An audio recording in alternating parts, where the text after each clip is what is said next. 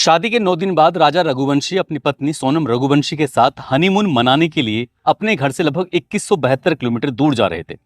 रास्ते में एयरपोर्ट पड़ता है, उस पर एक फोटो खींचते हैं। फोटो खींचकर अपने घर वाले ग्रुप में डाल देते हैं, परिवार को दिखाते हैं कि हम लोग यहाँ पहुंच चुके हैं। जैसे ही माँ उमा देवी ने वो फोटो को देखा, फोटो को देख के बार बार जूम कर रही थी। जूम करने के बाद माँ को बहुत गुस्सा आता है। गुस्सा आने के बाद अपने ही बेटे यानी कि राजा रघुवंशी को फोन लगाती है। कहती है, बेटा तुझसे मैंने मना किया था, उसके बावजूद भी तू इस सोने की चैन को पहन के जा रहा है। तुझे पता है कितनी कीमत की है?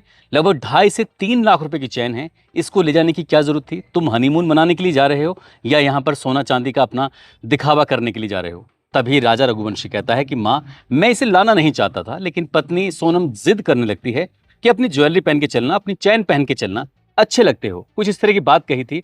तब माँ समझाती है कि बेटा, जब बाहर घूमने के लिए जाते हैं तो अपनी अच्छी चीज़ों की, अपनी कीमती चीज़ों की नुमाइश नहीं करते हैं। मौका मिलते ही इस चैन को छुपाकर अपने बैग के अंदर रख देना, ताकि किसी की इस पर नजर ना पड़े। माँ को थोड़ा डर था, कहीं इसकी सोने की चैन किसी को दिखाई दे, कोई इस पर हमला ना कर दे, मेरे बेटे को कहीं कोई नुकसान ना पहुंचा दे। इसलिए माँ अपने बेटे से बार बार बात करती थी, ये पूछने के लिए, अब कहाँ हो तुम, ठीक हो कि नहीं हो। लेकिन 23 मई 2025 की दोपहर 1:45 पर बहू से वो अंतिम बार बातचीत होती है। उसके बाद पता चलता है कि बेटा मिलता ही नहीं है, लेकिन मिलता है तो उसकी लाश मिलती है। लाश घर आती है तो परिवार का रो रो कर बुरा हाल हो जाता है। लेकिन 17 दिन बाद जब बहू के बारे में पता चलता है, तब सास ये कहानी सुनाती है मीडिया के सामने। कहती है कि मुझे शक तो पहले से ही हो चुका था, लेकिन मैं बहू के ऊपर कोई लांछन लगाना नहीं चाहती थी। कहीं ऐसा ना हो कि मेरा बेटा तो जा ही चुका है, कहीं ऐसा ना हो कि बहू के साथ भी कुछ गड़बड़ ना हो गई हो। आज की इस कहानी के माध्यम से समझने की कोशिश करते हैं कि आखिरकार सोनम ने यह कत्ल क्यों करवाया था, इसके पीछे की क्या वजह थी, और अभी आगे बाकी क्या खुलना बाकी रह गया है। आदाब, नमस्कार, सत श्री अकाल। मैं उस्मान सैफी। आज की जो सच्ची घटना मैं आपको सुनाने जा रहा हूँ, ये सच्ची घटना है मध्य प्रदेश के इंदौर शहर की। दरअसल राम नवमी का जब त्योहार मनाया जाता है, तब एक समाज के लोग अपनी पत्रिकाएं छपवाया करते हैं। पत्रिका के अंदर जो युवक होते हैं और युवतियां होते हैं, उनकी पूरी डिटेल दी जाती है। कौन क्या कारोबार कर रहा है, किसकी कितनी एजुकेशन है, कौन कितना पढ़ा लिखा है, साथ ही कितना उसकी आमदनी होती है। यदि इनमें से कोई किसी को पसंद करता है तो शादी के लिए एक दूसरे से बातचीत कर सकते हैं, क्योंकि एक दूसरे की डिटेल इतनी सारी लिखी होती है। तभी राजा रघुवंशी जो होता है, जो कि इंदौर शहर का रहने वाला होता है, उसकी नज़र पड़ती है पत्रिका पर एक लड़की जिसकी उम्र लगभग 25 साल के आसपास होती है। उस लड़की को देखता है जिसका नाम होता है सोनम रघुवंशी। 25 साल के आसपास उसकी उम्र है। लड़के की उम्र लगभग 28 साल के आसपास है। वो अपने पिता से कहता है, जो कि सहकार नगर में ट्रांसपोर्ट कारोबारी हैं। 3 सगे भाई हैं, तीनों ही बहुत अच्छा ट्रांसपोर्ट का कारोबार कर रहे हैं। अच्छी खासी हस्ती है, पैसे की कोई कमी नहीं है, कोई दिक्कत नहीं है। बेटा अपनी माँ के पास जाता है, उमा देवी से जाके कहता है कि माँ, ये लड़की देखो कितनी सुंदर लग रही है, क्या तुम मेरी से शादी करा सकती हो? अपने समाज की है, वैसे भी पत्रिका के अंदर ये फोटो है, कोई दिक्कत तो नहीं है। माँ को भी अच्छी लगती है लड़की। वो अपने परिवार में बातचीत करती है, कहती है कि इसकी भी तो शादी करी नहीं है, एक काम करो, इससे बातचीत कर लेते हैं। सबसे पहले फ़ोन लगाया जाता है, अपने बारे में बताया जाता है कि हम ट्रांसपोर्ट का बिजनेस है, 3 बेटे हैं, सबसे छोटा बेटा लाडला है, यही सबसे होशियार है। सारी बात बताई जाती है। सामने वालों को ये रिश्ता पसंद आता है। सामने वाले जो सोनम रघुवंशी के परिवार वाले होते हैं, वो प्लाईवुड का काम करते हैं, उनकी अच्छी दुकान है, और दुकान की जिम्मेदारी भी ये बेटी ही संभाला करती थी। जो लेन देन का है, एक तरह से ये HR मैनेजर है। अब ये सब जानकारी होती है, दोनों परिवार आपस में मिलते हैं, पंडित जी को बुलाया जाता है, बिठाया जाता है। उसके बाद ये बातचीत का सिलसिला था। लड़के वाले चाहते थे कि 1 साल में जब मौका हो तब शादी कर लेना, लेकिन लड़की वाले ये चाहते थे कि अभी 1-2 महीने में ही शादी कर लीजिए। ये अक्टूबर 2024 की बात थी, जब लगातार ये इस तरह की बातें चल रही थी। पहले मुलाकात थी। इस मुलाकात होते होते ये तारीख निकल के आती है 11 मई 2025 की, कि इसने शादी करना है। अब आखिरकार जब पंडित जी ने मुहूर्त निकाल दिया था, तो लड़के वाले सोचते हैं कि वैसे भी 1 साल में शादी करनी है, अभी शादी कर लेंगे तो क्या बुराई है। शादी कर ली जाती है, धूमधाम से शादी होती है। अब जब शादी हो जाती है, अभी 2-3 दिन का समय ही बीता था कि जो दुल्हन घर पर आई थी, कि वो पढ़ी लिखी थी, उसका अपना घर का बिजनेस व्यापार संभाला करती थी। तभी उसने प्लान करा कि क्यों ना हम घूमने चलें। घूमने की प्लानिंग की जाती है। हालांकि उसने मना किया था लड़के ने, उसने कहा था कि परिवार के साथ कभी समय बिताते हैं, उसके बाद आराम से चलेंगे। लेकिन दुल्हन थी कि नहीं नहीं, जाना है। इसके लिए डिसाइड किया जाता है, और डिसाइड जब दुल्हन खुद ही कर रही थी, तो उसी ने डिसाइड कर लिया था कि शिलोंग चलेंगे और माँ कामाख्या देवी के दर्शन कर लेंगे, क्योंकि वो पति से यही कहलवाना चाहती थी। पति ने कामाख्या देवी के दर्शन नहीं किए थे। आखिरकार 20 मई 2025 को घर से निकलते हैं और यहाँ पर माँ कामाख्या देवी के दर्शन करते हैं, शिलोंग पहुँच जाते हैं। उसके बाद घूमना फिरना शुरू होता है। घर वाले, परिवार वाले पल पल की जानकारी इसलिए भी ले रहे थे कि माँ उमा देवी ने लगभग 2.5-3 लाख रुपए की कीमत की जो चैन थी, जो बेटे के गले में दिख ली थी, उसको देखकर बड़ी बेचैनी हो रही थी, कहीं बेटे की चैन को नुकसान ना हो जाए, कहीं बेटे को चैन की वजह से नुकसान ना हो जाए, माँ को ये थोड़ा सा आभास हो चला था। आखिरकार 23 मई 2025 की दोपहर 1:45 पर उमा देवी अपने बेटे राजा रघुवंशी से आखिरी बार बातचीत होती है, नहीं बहू से बातचीत होती है। उसके बाद संपर्क टूट जाता है और जब उसके बाद जो होता है वो बाकी भयानक होता है। हालांकि 25 मई 2025 को लड़की का भाई जो कि गोविंद होता है और लड़के का भाई बिपिन जो बीच वाला भाई होता है वो जाते हैं शिलोंग, इमरजेंसी लैंडिंग करते हैं, पहुंचते हैं, अपने भाई को ढूंढते हैं। अब वहां पर एनडीआरएफ, एसडीआरएफ और लोकल पुलिस तमाम अधिकारी सब लग जाते हैं। कोई नहीं जानता था। हालांकि शुरुआत में इन्होंने जब जाकर लोकल की पुलिस से मदद मांगी तो पुलिस ने मदद नहीं की। काश की पुलिस ने अगर मदद कर दी होती तो शायद इतना बड़ा मामला ये देश का हाई प्रोफाइल नहीं होता, क्योंकि जब इनकी मेघालय पुलिस मदद नहीं करती है तो इसके बाद ये मदद मांगते हैं यूट्यूबर्स से, और यूट्यूबर्स इस मामले को लगातार हाईलाइट कर देते हैं। जब हाईलाइट होता है मामला तो मामला मध्य प्रदेश के मुख्यमंत्री तक पहुंच जाता है, मामला फिर देश के गृह मंत्री अमित शाह तक पहुंच जाता है। उसके बाद फिर अमित शाह जी फोन करते हैं सीधा मेघालय के मुख्यमंत्री को, और जब फोन पहुंचता है तो उसके बाद फिर मीडिया इस मामले की कवरेज करना शुरू कर देता है और पल पल की जानकारी जुटाना शुरू कर देता है। आखिरकार लगातार दिन बीत रहे थे। 23 को लड़का गायब हुआ था जो दूल्हा था, और 2 जून 2025 को उसकी मेघालय प्रदेश की जिला पूर्वी खासी हिल्स में जो थाना लगता है सोहरा, उसी के एक इलाका है बोईसाडोंग, वहाँ पे गहरी खाई होती है और गहरी खाई के अंदर एक लाश मिल जाती है। लाश की जब शिनाख्त की जाती है उसके हाथ पर लिखे हुए टैटू से राजा लिखा हुआ था, उससे पता चल जाता है कि लाश ये राजा रघुवंशी की है।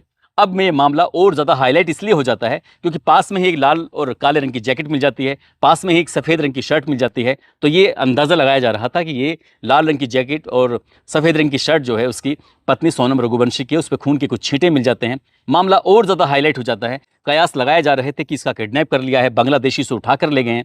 जब लगातार मामला चल रहा था, अब ऐसी स्थिति में पुलिस ने जब अपना काम कर रही थी, एसआईटी का गठन कर दिया जाता है। अब जब एसआईटी लगातार काम कर रही है तो पुलिस को एक व्यक्ति मिलता है जिसका नाम होता है अल्बर्ट पेड, जो कि मावला ख्यात का रहने वाला होता है, गाइड होता है। वो बताता है कि साहब 23 मई 2025 की सुबह लगभग 10 बजे के आसपास एक दंपति पति और पत्नी थे और साथ में 3 और लड़के थे जो उनके साथ इर्द गिर्द घूम रहे थे, हिंदी में बातचीत कर रहे थे। क्या बोल रहे थे मेरी तो कुछ समझ में नहीं आ रहा था। मैंने कहा भी उनसे कि मैं आपकी मदद करूँ, मैं आपकी हेल्प कर सकता हूँ। उन्होंने जब मेरी बातचीत सुनी तो उन्होंने कहा कि नहीं, हमें आपकी हेल्प नहीं चाहिए। तब वो लड़का चला जाता है। लेकिन उसके बाद एक और है, वानजाई एक नाम से एक गाइड होता है, तब वो गाइड उनकी मदद करता है और यहाँ से चले जाते हैं। अब ऐसी स्थिति में जब ये लाश मिल जाती है और गाइड से ये पता चलता है कि 3 और नए लोग हैं जो इनकी इर्द गिर्द घूम रहे थे, वो कौन है। तो जिस इलाके में ये घूम रहे थे उस इलाके के सीसीटीवी कैमरे, अब एक सीसीटीवी कैमरा मिल जाता है जो कि 4 मिनट 53 सेकंड के आसपास होता है। ये बातचीत कर रहे हैं, वही लाल रंग की जैकेट और काले रंग की जैकेट जो कि डुअल थी, एक तरफ से लाल दिखाई दे रही है, एक तरफ से काली दिखाई दे रही है। एक शर्ट पहनी हुई है उस लड़की ने वो, और फोन पर किसी से बातचीत कर रही है। पास में एक ऑल्टो कार होती है जो लाल रंग की है। ऑल्टो कार का एक लड़का है जो लगातार इन दोनों को देख रहा है, दंपति को, और एक है जो अपनी गाड़ी में बैठा हुआ है। अब इस तरह से कहीं ना कहीं ये 4 मिनट 53 सेकंड की जो सीसीटीवी फुटेज होती है, इससे पुलिस को शक होता है। अब पुलिस ने अब अपना काम करना शुरू कर दिया। पुलिस ने अब टेक्निकल जो साक्ष्य थे वो जुटाने शुरू किए। अब जो टेक्निकल साक्ष्य जुटाने की कोशिश की तो मेघालय में आने वाले अलग अलग प्रदेशों के जो लोग थे उनका डेटा उठाना शुरू कर दिया। लाखों मोबाइलों में से अब कई मोबाइल ऐसे निकाले जाते हैं जिनमें से कुछ जानकारी मिलना शुरू हो जाती है। ऐसे ही उत्तर प्रदेश का एक ललितपुर जगह लगती है, वहाँ का एक गाँव है दिगवार, यहाँ का रहने वाला एक लड़का होता है। ये थोड़ा सस्पेक्ट था। अब इस सस्पेक्ट को पुलिस ने देखा कि इसकी बातचीत होती है राज कुशवाहा नाम के एक लड़के से जो कि नंदबाग इंदौर का रहने वाला होता है, और इसके संपर्क में था विशाल। ये 3 आपस में कांटेक्ट में थे, संपर्क में थे। तभी पुलिस ने अपना काम करना शुरू किया और आगे बढ़ती है। आखिरकार राज कुशवाहा के बारे में ये पता चलता है कि राज कुशवाहा इंदौर में रहकर एक प्लाईवुड जो कंपनी है उसमें देवी सिंह की ये कंपनी है, उसी के साथ ये काम करता है और उसके यहाँ पर ही नौकर है। और पता चलता है कि जो लड़की गायब हुई है सोनम रघुवंशी, दरअसल ये दोनों आपस में बहुत सारी बातचीत कर रहे थे। लड़की गायब हो रही है, उसके बाद भी बातचीत चल रही थी। तभी से पता चलता है कि ये दोनों दुकान पर रहकर एक दूसरे से दोस्ती कर बैठते हैं, प्यार कर बैठते हैं और जीने मरने की साथ साथ कस्में खा लेते हैं।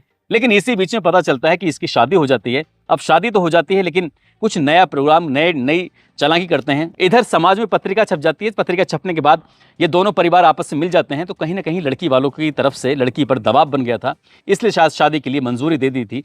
इसलिए लड़की ने कुछ ऐसा ठोस प्लान बनाया, ऐसा मीडिया रिपोर्ट में बताते हैं। ऐसा लड़की ने प्लान बनाया कि शिलोंग में चलते हैं घूमने के लिए। वहाँ पर पहले भी कई ऐसे दंपति हैं जो गायब हो गए हैं और गायब होने की वजह से उनके बारे में कुछ ज़्यादा कुछ छानबीन करने की कोशिश नहीं की, ना ही उनके बारे में कुछ ज़्यादा पता चला, ना ही कभी ऐसा मीडिया में कोई खबरें वगैरह आती हैं। थोड़ी बहुत खबरें आती हैं तो उसके बाद मामला दब जाता है, लेकिन ये मामला इतना हाईलाइट हो जाएगा, इस बात की किसी ने कल्पना भी नहीं की थी। यूट्यूबर्स इस मामले को इतना हाई पे पहुंचा देंगे कि देश ही नहीं बल्कि विदेशों में भी इस घटनाक्रम की चर्चा होना शुरू हो जाएगा।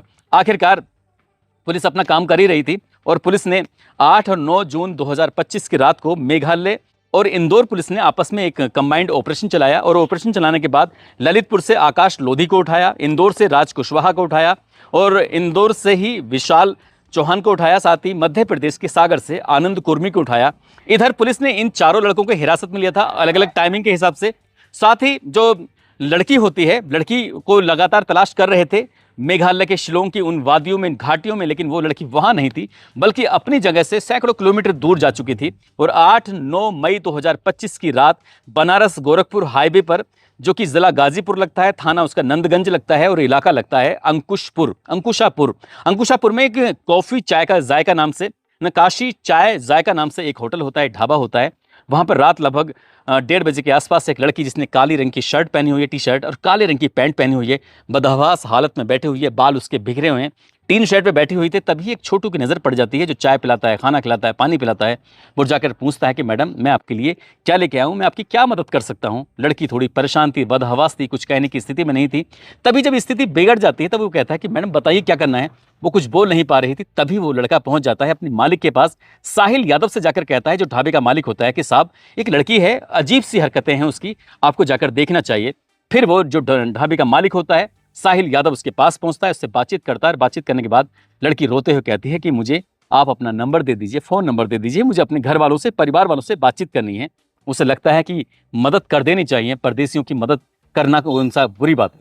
अब वो मोबाइल देता है उस लड़की को और देकर वहां से अलग हट जाता है। लड़की रोते हुए बिलखते हुए अपने भाई को फ़ोन करती है और बात करते करते कुछ जानकारी देती है। भाई को ये यकीन नहीं हो रहा था कि जो उसकी बहन शिलोंग में उसको ढूंढ रहे हैं वो वहां से इतनी दूर, लगभग 1100 किलोमीटर दूर यहाँ क्या कर रही है। उसे यकीन नहीं हो रहा था। भाई गोविंद को कहता है कि वीडियो कॉल करो तब मैं यकीन करूंगा। दोबारा से वीडियो कॉल होती है, वो देखता है सचमुच उसकी बहन ही थी। तभी उसने इंदौर की पुलिस से कांटेक्ट किया और इंदौर की पुलिस ने गाजीपुर की पुलिस से कांटेक्ट किया और ये कांटेक्ट होने के बाद आखिरकार पुलिस इस मामले की जांच पड़ताल में जुट जाती है। देखती है, यहाँ पर पुलिस जब मौके पर पहुंचती है तो ये लड़की जब अपने भाई से बात करती है तो बात करते करते बेहोश हो जाती है। और रात के 3 बजे जब नज़दीकी पुलिस स्टेशन के एसएचओ इसलिए पहुंच जाते हैं क्योंकि 112 नंबर पर फ़ोन किया गया था। पुलिस मौके पर आती है, इस लड़की को उठाकर सीधा जिला अस्पताल में पहले इसका चेकअप कराया जाता है और चेकअप कराने के बाद यहाँ पर उसकी मेडिकल स्थिति देखी जाती है कि स्थिति है। उसके बाद ही सखी वन स्टॉप सेंटर, जो कि महर्षि विश्वामित्र मेडिकल कॉलेज परिसर में बना हुआ है, वहाँ पर इसको जमा कर दिया जाता है। अब इसके बाद पूरे उत्तर प्रदेश ही नहीं बल्कि पूरे भारतवर्ष में इस लड़की के मिलने की चर्चा शुरू हो जाती है। पहले शुरुआत में ये अंदाज़ा लगा रहे थे कि जैकेट पर जो काले और लाल रंग की जैकेट है उस पर जो खून के धब्बे मिले हैं, कहीं ना कहीं लड़की मर चुकी है, मारी जा चुकी है, उसके साथ भी घटना हो चुकी है। लेकिन ऐसा कुछ नहीं था। लड़की मिल जाती है, लेकिन जिस रूप में मिलती है उसकी किसी ने कल्पना नहीं की थी। आखिरकार उत्तर प्रदेश की पुलिस के पास बात पहुंचती है। जो अमिताभ यश लॉ एंड ऑर्डर के जो अधिकारी हैं, उन्होंने कहा कि मेघालय पुलिस और इंदौर पुलिस के हम संपर्क में हैं, वो जब चाहें वो लड़की को ले जाएं, हम अपनी जांच में पूरी तरह से सहयोग करने के लिए तैयार हैं। और अब जो होगा वो मेघालय की पुलिस इस बात को, उनके पास पहले से ही काफ़ी मात्रा में सबूत थे, ये जानकारी पुख्ता हो चुकी थी कि इस लड़की का एक लड़के से जिसका नाम राज कुशवाहा है उससे अफेयर की बात सामने आ रही है, क्योंकि बहुत सारी बातें आपस में कर रहे हैं। अब किसने हत्या का प्लान बनाया? क्या अकेली लड़की ही मुखिया थी इसमें हत्या करवाने वाली, या फिर राज कुशवाहा इसमें मेन आरोपी है? हालांकि जितने भी प्यादे हैं सबके सब गिरफ्त में आ चुके हैं। पुलिस इनसे बारी बारी से पूछताछ करेगी। जाहिर सी बात है, जब लड़की पकड़ी जाती है तो उसने एक नई कहानी बनाना शुरू कर दिया। वो लगातार बेहोश थी, उसको बेहोशी में रखा गया था और वो यहाँ लाके डाल दी गई, क्योंकि वो शिलोंग से गाजीपुर पहुंची है 1163 किलोमीटर। ये कोई जादूगरी तो हो नहीं सकती। इसमें कहीं ना कहीं लड़की कुछ ना कुछ छुपाने की कोशिश कर रही है, कोई ना कोई कहानी गढ़ रही है। जब 3rd डिग्री मिलेगी तो जाहिर सी बातें, कहते हैं कि मुर्दे भी बोलने लगते हैं पुलिस की मार के आगे, और ये बोलेगी। जो गाजीपुर इंदौर से ललितपुर जो दूर है, वो लगभग 436 किलोमीटर दूर है। इसमें ये एक लड़का है, ये लोधी, जो भी वो भी शामिल था। और जो ये हत्याकांड को अंजाम दिया जाता है इंदौर से 2169 किलोमीटर दूर शिलोंग में दिया जाता है। पुलिस हर एक कड़ी को जोड़ चुकी है, बस ये पर्दा हटना बाकी है। कौन कौन कातिल, किसने किसने क्या क्या रोल अदा किया है, उस लड़के को किसी धारदार हथियार से सामने से, पीछे से, दाएं से, बाएं से, चारों तरफ से मारा गया था। और उसके मारने का मकसद यही था, ये मरना चाहिए, ये लूट लगनी चाहिए। वो सोने की चैन जो पहनाई गई थी इसलिए ताकि वो लूट लगे। और इस घटनाक्रम को आसानी से पुलिस अगर खुलासा करेगी तो किसी ने इस घटना को अंजाम दे दिया ताकि ये मामला सिर्फ एक सामान्य लगे और लड़की वापस अपने प्रेमी के पास पहुंच जाए। हालांकि पुलिस की जांच होना बाकी है, लेकिन मीडिया रिपोर्ट अभी यही सब बताती है।